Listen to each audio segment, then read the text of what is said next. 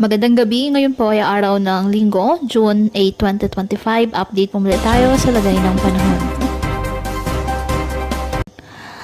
Low pressure area at habagat patuloy po na magpapaulan sa malaking bahagi ng ating bansa.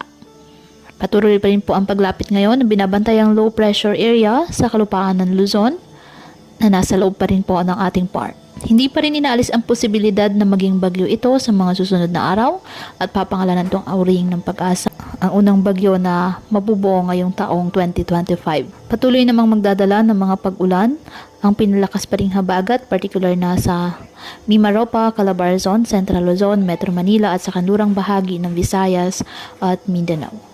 Ang low pressure area naman ay magpapaulan sa Aurora, Quezon, Camarines Norte, Camarines Sur, Catanduanes at Albay.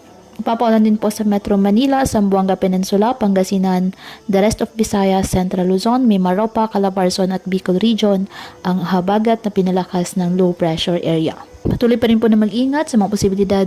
Patuloy pa rin po na maging alerto at mag-ingat sa mga posibilidad ng biglaang pagbaha at pagguho ng lupa at palaging umantabay sa iba pa nating weather updates at sa updates ng Pag-asa hinggil sa lagay ng panahon.